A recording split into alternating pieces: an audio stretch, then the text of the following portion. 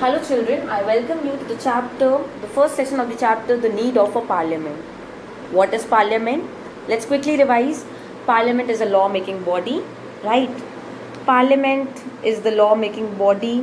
Parliament consists of the representatives which are elected by us. We live in a democratic country. We elect our representatives directly or indirectly through universal adult franchise.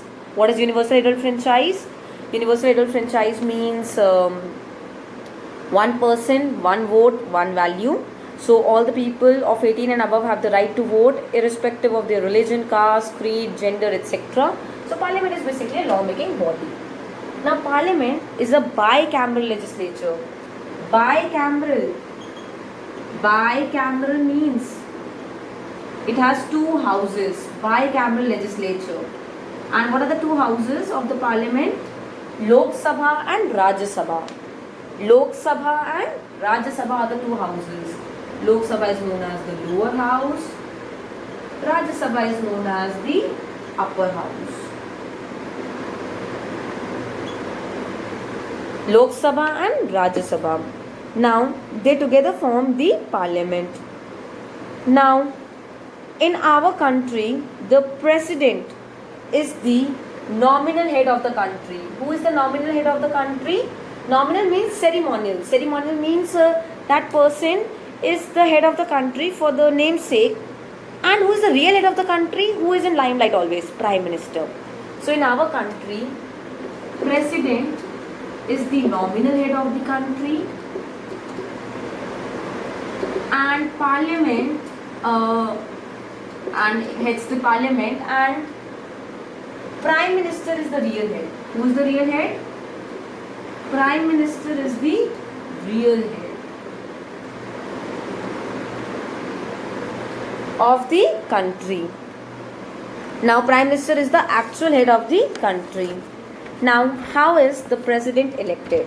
See, President is elected by the members of Lok Sabha and Rajya Sabha. So, for President, we citizens do not go for direct elections. There are indirect elections. So president is indirectly elected by the people because we first choose the members of Lok Sabha and few members of Rajya Sabha. I said few members of Rajya Sabha.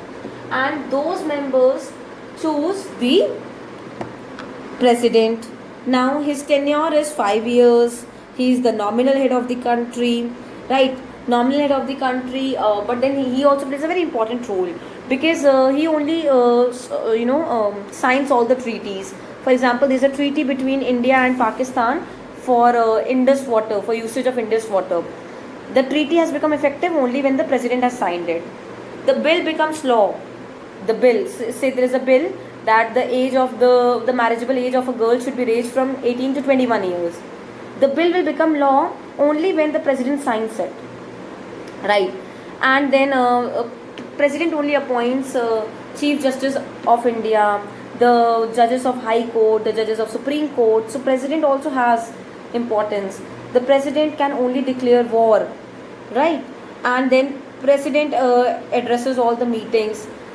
Say there is COVID period, right? We cannot have the meetings right now. We cannot have the joint sessions in the parliament. At this point of time, if any law has to be made, now that law cannot be made after discussions and debates. So ordinances are issued. What are issued? Ordinances. And they are valid for 6 months, and these can be issued by the president. So when the sessions are not possible, when the parliament is not in session, then the ordinances are issued. Now if I talk of Lok Sabha and Rajya Sabha, then let's discuss about Lok Sabha and Rajya Sabha in detail.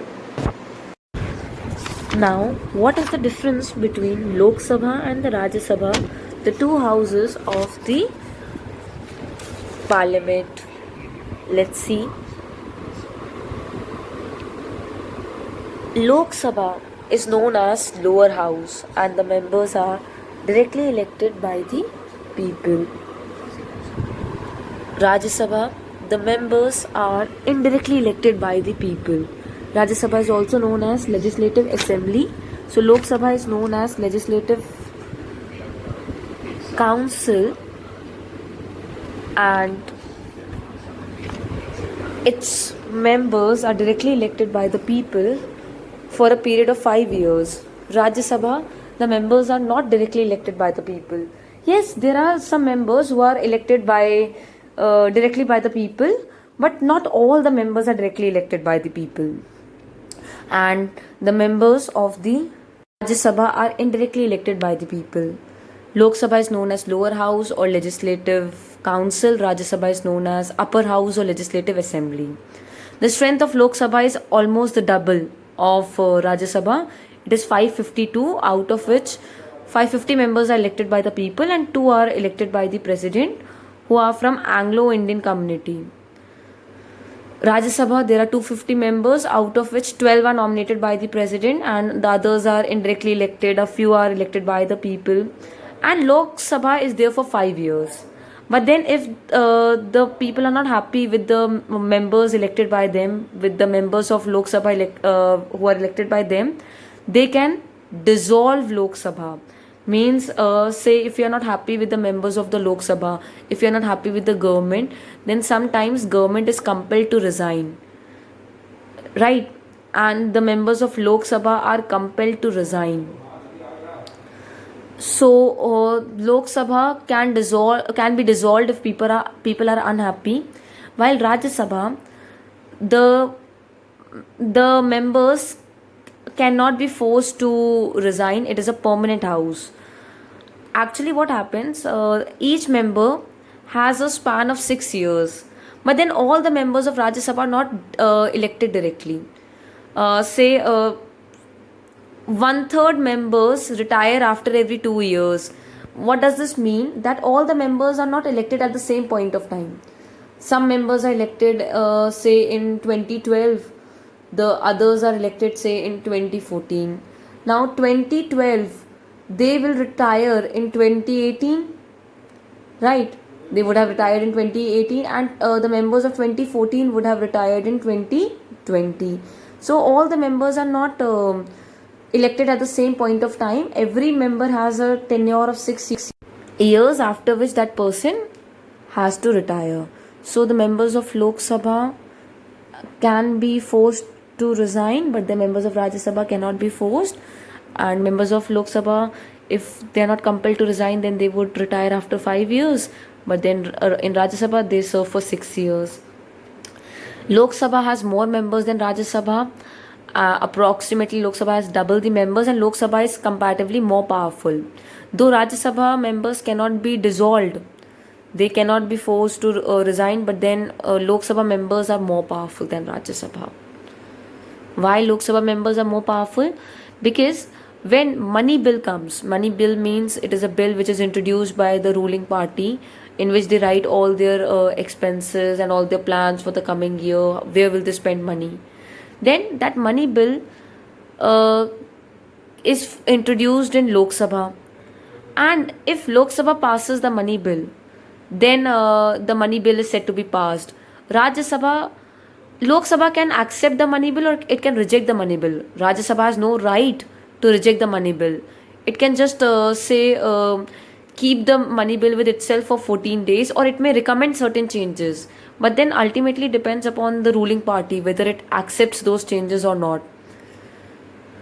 Lok Sabha has more power because it has more members. In case Lok Sabha has a different view and Rajya Sabha has a different view, then joint sessions are held. And in joint sessions, since Lok Sabha members are more, so of course their decision is more likely to prevail. For example, if there are say 800 people and out of which 500 people of Lok Sabha agree with something, then of course that decision is likely to prevail, right? So Lok Sabha has more power in terms of money bill. They are more in number. So if Lok Sabha and Rajya Sabha have a different point of view on something, then ultimately if we do voting based on majority, since Lok Sabha has more members, so Lok Sabha's decision is more likely to prevail. See, Lok Sabha is one family and Rajya Sabha is other family. Lok Sabha has more members in its family and Rajya Sabha has less members in its family. And so if you do voting, who says yes and who says no, then Lok Sabha, they are united, they are one family. Now if they stand united, then Rajya Sabha will feel weak, right? Lok Sabha, but then Rajya Sabha cannot be dissolved. They have also been given certain status. Then Lok Sabha can also pass no confidence motion against the ruling party. And if Lok Sabha passes no confidence motion, that means they do not have confidence in the ruling government. They feel that the ruling government is doing something which is against the democracy. And in that case, the ruling government has to resign. So, what have I discussed? That Lok Sabha is known as lower house, or it is known as the legislative council. Rajya Sabha is known as the upper house or legislative assembly. Lok Sabha has more members, approximately 552, and Rajya Sabha has not more than 250 members. Money bills can only be introduced in Lok Sabha. See, bill is just a proposal for a law. Before I make a law, I make a bill. Bill is just an idea that this law should be there. Now, all other ideas can be put forward in Lok Sabha or Rajya Sabha. If a Rajya Sabha member gets certain idea, then he can introduce in Rajya Sabha. But if I talk of money bill, then the idea of spending money, this idea can only be introduced in Lok Sabha. Rajya Sabha cannot reject money bill. Lok Sabha can reject the money bill. Say the ruling party introduces a money bill that we want to spend money this way, and Lok Sabha members may say no, we don't like this. But Rajya Sabha members, they have to accept that money bill. They can only recommend certain changes. They can only keep the bill with themselves for 14 days. They cannot do anything. But Rajya Sabha cannot do anything, but Lok Sabha can reject the money bill. Lok Sabha can pass no confidence motion. Right? Lok Sabha members are more in number. And with this, I wind up the session, and I request all of you to go through the content of the chapter, understand the difference between Lok Sabha, Rajya Sabha, the term president, parliament, prime minister, to develop better understanding of the chapter. Thank you and have a great day ahead.